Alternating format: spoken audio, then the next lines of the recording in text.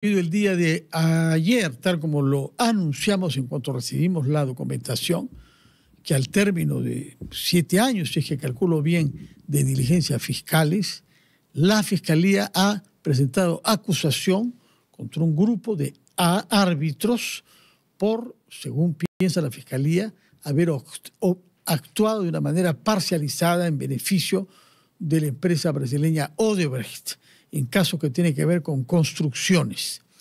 Uno de los árbitros que ha sido imputado es el doctor Humberto Abanto, que está con nosotros, al cual quisiera pedirle que nos explique cuál es la acusación y qué argumentos se dan, porque yo he revisado lo que he podido, un documento de 240 hojas, y lo que he notado también es que en el documento preliminar del año 19 se decía que no habían sospechas graves en su caso, pero sí que había que escuchar el testimonio de una tercera o cuarta persona. Aparentemente la acusación parte de sostener que la empresa Odebrecht dio dinero al señor Horacio Canepa para que repartiera a varios árbitros que debían tomar decisiones sobre proyectos en que estaba implicada la empresa. Yo quisiera que me explique en qué situación fiscal se halla usted ahora al cabo de estos 7 años de investigación. Bueno, he recibido, Fernando, primero que nada, buenas noches. Buenas noches, doctor Abanto. Estar acá.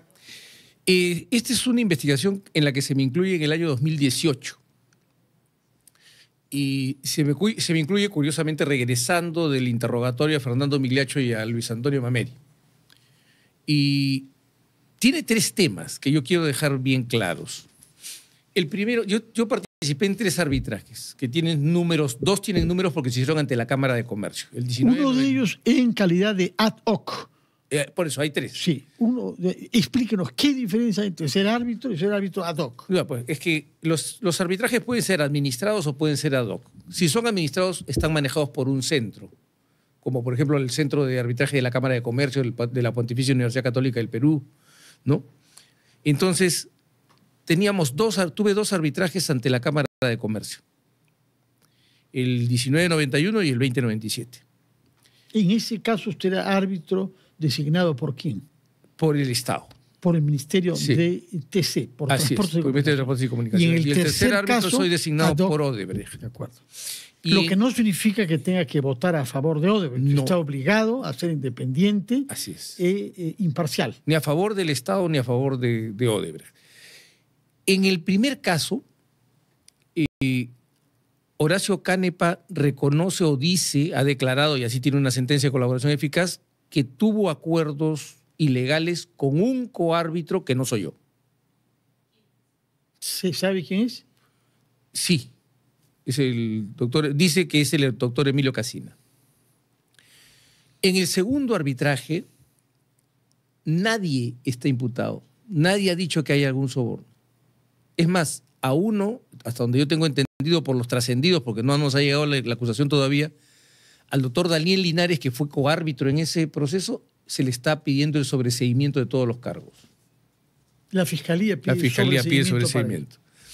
Y en el tercer arbitraje es donde surge el problema porque un funcionario humanista, o sea, un colaborador eficaz dice que un funcionario humanista llamado Sergio Calderón Rossi se le ofreció su centro de arbitraje para este caso a Odebrecht y le pidió $400,000 para manejarlo.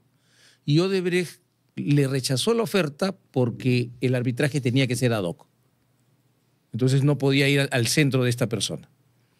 Curiosamente, este mismo señor dice que conversa según la versión del colaborador eficaz, conversa con Odebrecht y le dice que le permitan manejar esto poniendo un árbitro. A la sazón, don Alejandro, se me escapa el apellido, Álvarez Pedrosa, don Alejandro Álvarez Pedrosa. Y es a partir de Alejandro Álvarez Pedrosa que este colaborador eficaz dice que Calderón Rossi negocia con él y que Álvarez Pedrosa se comunica con nosotros y que él a través de una puerta escucha la conversación telefónica. Lo que a mí me parece absolutamente improbable. Pues. Entonces, bueno, se han visto casos, ¿eh? No, ¿yo una puerta cerrada? Depende cuál sea la puerta. Tendría, pues, tendría que tener su estetoscopio. Pero bueno, un vaso, algo. El punto es que y luego va a negociar con Odebrecht el supuesto pedido de soborno de los 3 árbitros y resulta que da la misma suma de $400.000 que había pedido originalmente. Y luego dice que le llevó el dinero quedándose él con $60.000 y un señor Gamarra Roy se queda con otra suma y la diferencia es entregada a los árbitros, a quienes supuestamente nos tocan, inclusive es muy gracioso porque son 103.200 algo con 60 y tantos centavos que se entrega a cada árbitro. Obviamente todo esto es un despropósito, porque yo no conozco al señor del que está hablando, el colaborador eficaz. Y el señor Álvarez Pedrosa lo conocí en ese arbitraje. Pero hay algo más curioso, que en la acusación yo formo parte de una organización criminal que capitanea un abogado de Odebrecht, un abogado externo de Odebrecht llamado Carlos Ruiz Paredes. Entonces, si yo tengo parte de una organización criminal y estoy conectado directamente con el abogado de Odebrecht, ¿para qué necesito yo este sujeto? Para que me sobornen. ¿Pero qué le ha contestado el fiscal cuando usted argumenta así? No, es que no es un debate. Ellos presentan sus disposiciones. Ellos sostienen de que sí hay alguien que ha declarado saber que usted recibió dinero de Odebrecht para votar de una manera parcializada. Pero ellos han ¿Quién sostenido? Es esa persona que ha declarado? Por eso, sabe? Este aspirante a colaborador eficaz que dice que Calderón Rossi habla con Álvarez Pedrosa y Álvarez Pedrosa habla conmigo y con el doctor Rivera Reyes, que era el otro coárbitro. ¿Sigue siendo aspirante o ya es un colaborador eficaz? El presidente. No tenemos sentencia, no hemos conocido que haya sentencia. Yo he pedido, hoy día, a propósito de esto, porque regresé de un viaje de trabajo, he pedido a la Fiscalía que nos traslade la sentencia de colaboración eficaz de este aspirante, si es que la tiene. Se le atribuye cohecho pasivo específico. Sí. ¿Qué quiere decir exactamente? Es el cohecho que comete el árbitro, el juez o el fiscal que reciben dinero para favorecer a una parte. De acuerdo. ¿Qué cosa se prevé ahora que entramos al juicio? No, todavía no. A la fase intermedia. Vamos a la etapa intermedia, va a venir el control. ¿Cuánto puede durar esta fase intermedia? Somos 28 personas, en el caso Cócteles fueron 46 o 48 personas. Esto nos hace calcular una etapa intermedia que puede ir entre 2 y 3 años, con las devoluciones correspondientes. Pero además, acá hay un tema muy interesante, y es que con estas declaraciones la Fiscalía pidió la revocatoria de mi comparecencia con restricciones. Y la respuesta tanto del juez Chávez Tamariz como de la sala que presidía don Ramiro Salinas Siccha fue que los datos que habían reunido a lo mucho llegarían donde Álvarez Pedrosa, pero que de ninguna manera me conectaban a mí con la recepción de dinero, y que era necesario avanzar en la investigación para ver si es que la tesis de la Fiscalía se corroboraba. ¿Se ha avanzado? En mi opinión, no. A nosotros nadie nos ha notificado. Y además el país lo sabría, porque usted sabe el enorme afecto que me tienen en el equipo especial Lavallato. Ya se hubiera publicado en los medios, aquí está la persona. Y yo siempre he reclamado, díganme quién es la persona que dice y que puede probar que yo o solicité, o me hice prometer, o recibí un soborno. Dígame quién es el ejecutivo de Odebrecht, quién es el abogado de Odebrecht, quién es el emisario de Odebrecht que puede decir yo tuve un compromiso delincuencial con el doctor Humberto Ant. De acuerdo. Calcula entonces que toda esta fase intermedia puede tomar varios años. Así es. Para entrar finalmente a un juicio oral. O sea, no va a haber una sentencia antes de 5 años, por lo menos. Entre 5 y 8 años. Ya. Ahora bien, todos los hechos que son imputados se remontan a principios de la década pasada, ¿no? 2010, 2011 y 2013. Ya, y todos tienen que ver con obras de construcción IRSA en particular, ¿no? Sí, claro. Todos son casos de IRSA. Sí, el primero, el 1991, versaba sobre el Estado que se retrasó en entregar el CRPAO, que es el certificado de retribución del pago anual de la obra. Un concesionario recibe ese pago a través de unos bonos que le entrega el Estado. Las sumas son cuantiosas. En las concesiones las sumas son cuantiosas y en la obra de construcción de carreteras son cuantiosas. Entonces, si el Estado se retrasa, los costos son altos. Yo no puedo decir que se retrasó el Estado, pero como soy un patriota, no voy a reconocer que tiene que pagarle al concesionario. Esa no es la forma. Pregunta final. Usted es abogado también, porque hemos hablado de eso acá, de la fiscal suprema Patricia Benavides. Sí. Y hay quienes han considerado que sería oportuno que cese de serlo usted, puesto que es una persona investigada por la Fiscalía, cuya ex fiscal de la Nación usted defiende también. ¿Qué cosa contestan los que piensan que usted debería renunciar a esa defensa? Que no han leído la Constitución. Porque las personas somos inocentes hasta que se declare judicialmente la responsabilidad, dice textualmente en la Constitución.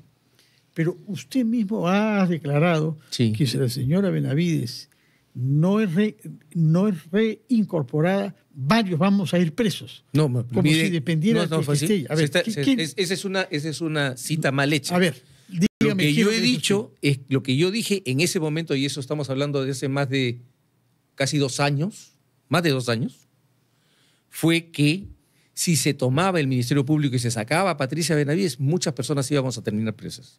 Porque no es novedad. A mí, como uno de los abogados más visibles de la defensa del caso Cócteles, me metieron en Ancón del 4 de noviembre al 29, en una resolución que la sala revocó censurando la conducta de un juez que después, me va a disculpar el juez de la investigación preparatoria, el doctor Chávez Tamariz, se supo que su esposa trabajaba con el señor Velabarba. Era subordinada del señor Velabarba. Lo menos que pudo hacer es revelar ese tema. Y decir, podría haber un problema. ¿Qué consideran ustedes? Hay una doctrina en materia de imparcialidad que la estableció el Tribunal Europeo de Derechos Humanos, que es la teoría de las apariencias. O sea, no basta con que usted haga justicia. Debe parecer que la hace. Ahora, usted ha dicho y hemos recordado que el documento del año 2019, me parece, afirma que no hay una sospecha fuerte. Así es. Pero al mismo tiempo dice sí puede haber sospecha reveladora o suficiente como para una acusación. Eso dicho, no. Dice que no hay ni fuerte ni suficiente. Lo que dice es que hay reveladora, que es la que habilita la investigación. Sí. La investigación formalizada. Por lo tanto, permítame explicarle esto. La Corte Suprema ha establecido una graduación de sospechas. Sospecha inicial simple para abrir las diligencias preliminares de investigación. Sospecha reveladora para formalizar la investigación. Sospecha suficiente para acusar y sospecha grave para la prisión preventiva. Y en este caso creo que hay sospecha reveladora, dice. Yo le pido que revise el documento. Pero el documento que yo tengo dice que si bien es cierto no hay sospecha fuerte, sí puede haber sospecha reveladora o suficiente como para una acusación. Por eso. Yo no he visto la sospecha reveladora. O sea, yo hasta la sospecha reveladora he visto. ¿Cómo podría ser suficiente para una acusación que haya alguien que diga que escuchó una conversación telefónica a través de una puerta? Esa es la prueba de cargo. ¿Qué es lo que ha dicho el señor Canepa sobre esto? Porque se da por descontado que él, como colaborador eficaz, reconoce haber sido contratado por Odebrecht y haber efectuado pagos ilegales a algunos árbitros. Hacer pagos de soborno a algunos árbitros. Sí. Algunos, no sabemos quiénes. Bueno, no. Él ha dado los nombres y él tiene una sentencia de colaboración eficaz. Ya. Y puedo decir con toda claridad que a mí, Horacio Canepa, no me ha sindicado. Y estuvo conmigo en el tribunal del caso 1991. Bueno, y estoy esperando saber quién es el colaborador eficaz, si es colaborador solamente aspirante, que ha declarado haber sido testigo de lo que se decía sobre usted. Por supuesto que a mí me encantaría, porque lo más importante del proceso con los testigos es el contrainterrogatorio. Bueno, veremos y daremos cuenta de eso, señor Humberto Abanto. Muchísimas gracias, don Fernando. Y por explicarnos esto, de lo que habíamos ya informado ayer cuando se supo la noticia, pero ahora hemos podido comprender un poco más cuál es la situación judicial que esto abre para un total de ¿cuántos árbitros? 28 personas en total. 28 árbitros en total de diferentes procedimientos arbitrales que han tenido lugar a principios de la década pasada. Vamos a hacer una pausa, después de la cual hablaremos sobre historia, a propósito de un libro que ha tenido particular éxito de ventas en la Feria del Libro, que ha sido escrito por el historiador Antonio Zapata y que tiene que ver con Aya de la Torre. Es un libro sobre Aya de la Torre, publicado bajo título El Jefe, con una bella foto por lo demás en la carátula. El Jefe, publicado por el Fondo Editorial de la Universidad Católica del